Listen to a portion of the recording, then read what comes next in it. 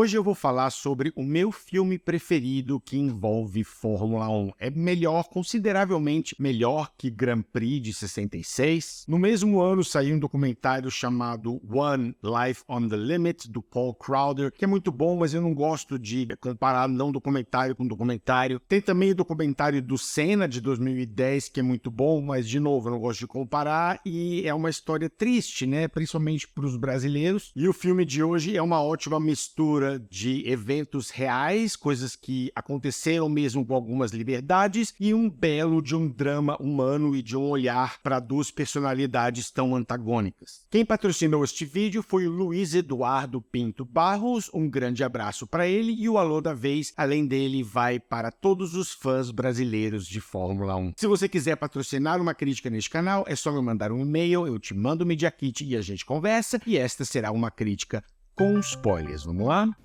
Fuck you. Vamos lá.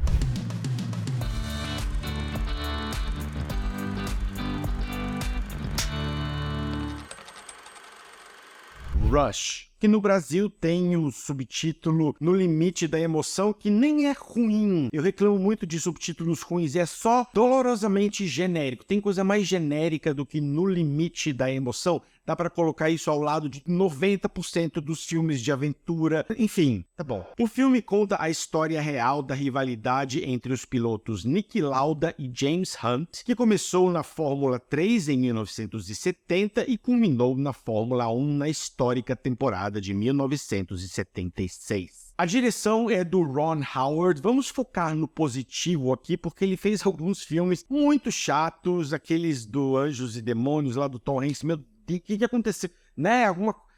Mas ele também fez filmes sensacionais. Apollo 13, Uma Mente Brilhante, Cinderella Man, ambos com o Russell Crowe. Quando ele acerta pra valer. Aqui ele explora muito bem as personalidades antagônicas dos protagonistas e por que rivalidades esportivas são tão cativantes. Esse filme me fez pensar no Borg contra o McEnroe do tênis, por exemplo. Eu vou fazer algumas analogias de tênis e tomara que faça sentido. Outro exemplo é o Agassi contra o Sampras, por exemplo, que era um dia e noite. E o James Hunt e o Niki Lauda não poderiam ser mais diferentes, e é em tudo, desde a aparência e a filosofia dos dois, pra vida, pra corrida, pra tudo, é completamente diferente. Um gosta de beber e aproveitar e curtir o dia, o outro é todo metódico, gosta de pensar a longo prazo, lá na frente. Se ele ganhar ontem, hoje ele já tá treinando de novo. E isso gera alguns confrontos fora dos carros entre os dois que são muito bons. Eles dividem cenas muito bem escritas. Alguns diálogos são bem memoráveis. A cena do rato, por exemplo, que eles estão pistola um com o outro por causa da desclassificação, estão assinando autógrafos e ele fala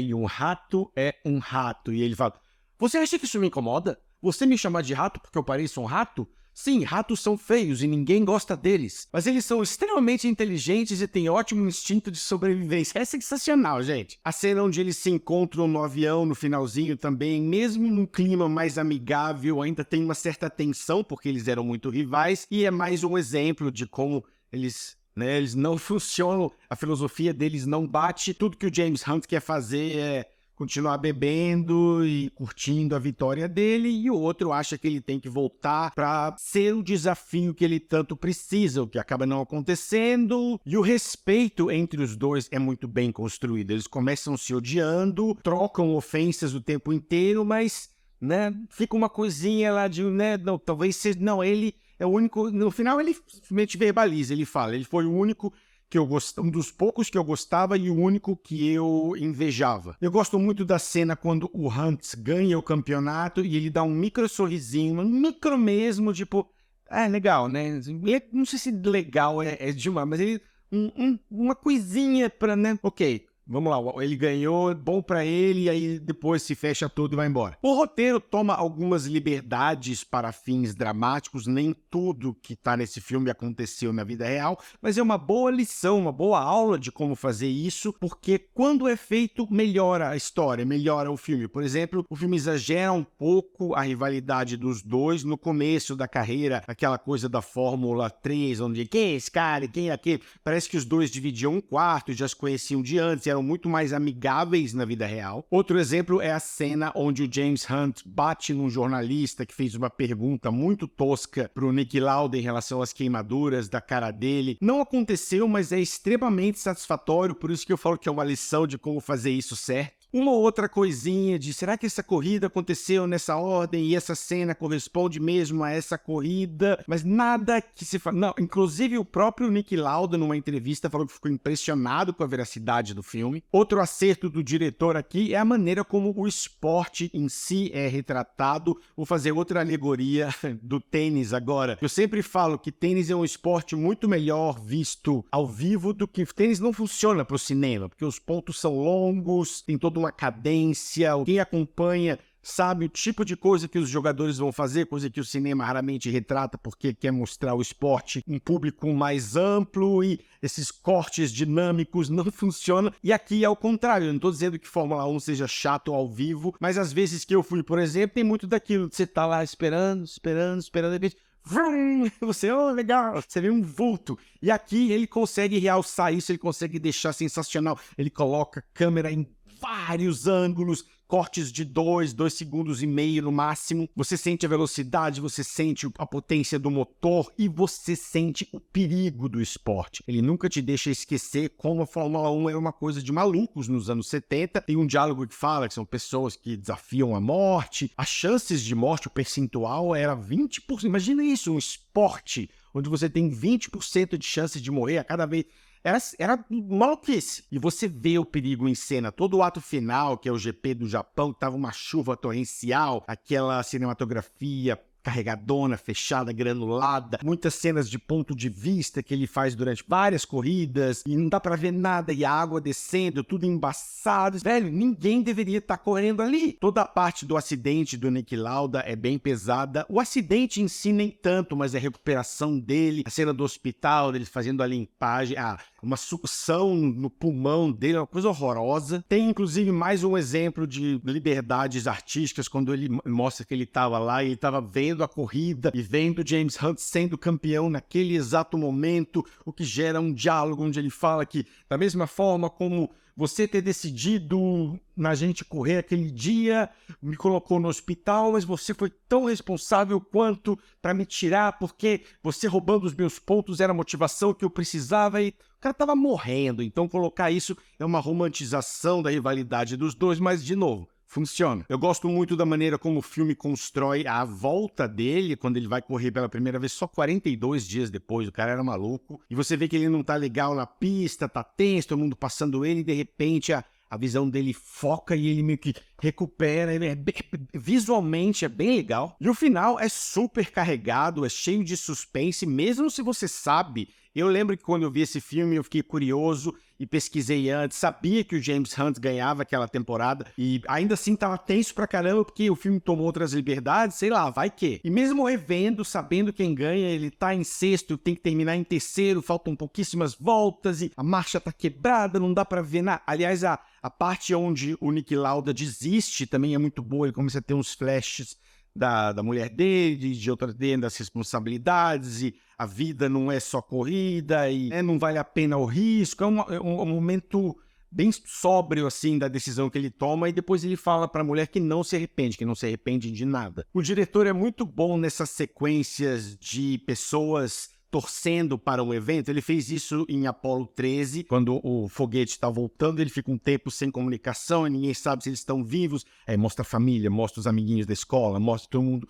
tenso assim. Quando o sinal volta, todo mundo comemora. Ele faz isso muito bem. Quando bem feito, isso arrepia. Eu adoro aquela sequência do Apollo 13. E aqui tem uma, não chega a arrepiar, mas é muito boa. E o Daniel Brühl, pra mim, é o dono do filme, uma das melhores interpretações da carreira dele. A caracterização dele tá muito boa. Eu gosto da maneira calculista, como ele enxerga a vida. Quando ele casa e tem um momento de alívio e de alegria, imediatamente a cabeça dele começa a plantar armadilhas, falando que a alegria é a inimiga, porque agora eu tenho algo a perder. E ela fala, mas se você acha que a alegria é sua inimiga, você já perdeu. Momentos assim deixam o filme muito mais relevante, porque há um drama humano aqui, não é só quem era o melhor piloto. E eu gosto do jeitão seco dele, ele chega lá com um plano, né? Ele fala, eu paguei para entrar aqui na Ferrari, mas no primeiro dia eu já mostro que eu consigo deixar o carro 2 segundos mais rápido, então agora se você quiser que eu fique, você que vai pagar e dá certo. E quando tem que xingar, ele xinga o jornalista, enfim, ele se impõe, eu gosto do personagem. O Chris Hemsworth também tá muito bem, eu tô cansado de ver ele fazendo o Thor, e aqui o sotaque em inglês também tá certinho, e tem uma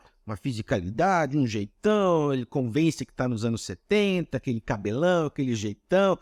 Tem uns lado a lados, né, de umas entrevistas do James Hunt dele, que estão muito boas. Eu gosto da maneira como o filme retrata ele se preparando emocionalmente para correr, ele começa vomitando e aí ele começa a olhar para os outros pilotos e dá uma... né, e é muito bom. A Olivia Wilde tá no filme e é apropriadamente breve a participação dela, porque o relacionamento dos dois na vida real não foi muito significativo, ou pelo menos não muito longo, então eu gosto da maneira como ele não gasta tempo, eles estão conversando e acho que a primeira vez que eles se falam, ele falando que a família sempre quis que ele casasse, a ideia de casar é horrorosa, mas minha família costuma estar certo. Você não gostaria de casar, gostaria? Corta e eles estão casando na cena seguinte. Legal. E eu gosto do fato dela estar lá no final torcendo por ele. A Alexandra Maria Lara tem mais material, mas nem tanto. Porque, beleza, ela é a mulher do Niki Lauda, muito mais uma personagem muito mais significativa, muito mais importante. E a maneira como eles se conhecem é charmosa, porque ela brinca com a coisa de você não é um piloto, porque pilotos de Fórmula 1 têm cabelo longo e são sexy. E aí ele dirige um carrinho ruim, só que é rapidão, e ela fica impressionada. A cena do poeta é muito boa, que ele fala, olha, eu vou esquecer seu aniversário, eu sou um babacão, eu sou ausente, eu sou isso, eu sou aquilo, mas já que eu vou casar, melhor que seja com você. E ela, um poeta, sabe? Beleza, ela entende o jeito esquisitão dele, mas depois disso ela continua presente, mas sempre com aquela cara de aflita e sem ter muito o que fazer. Até tem uma cena que ele fala, olha, se você me ama, não fala nada. E ela meio que usa isso pro resto do filme, ela tá sempre meio aflita assim, meio que eu não posso me meter no que ele faz, e o filme toma a decisão de mostrar apenas o resultado de algumas corridas,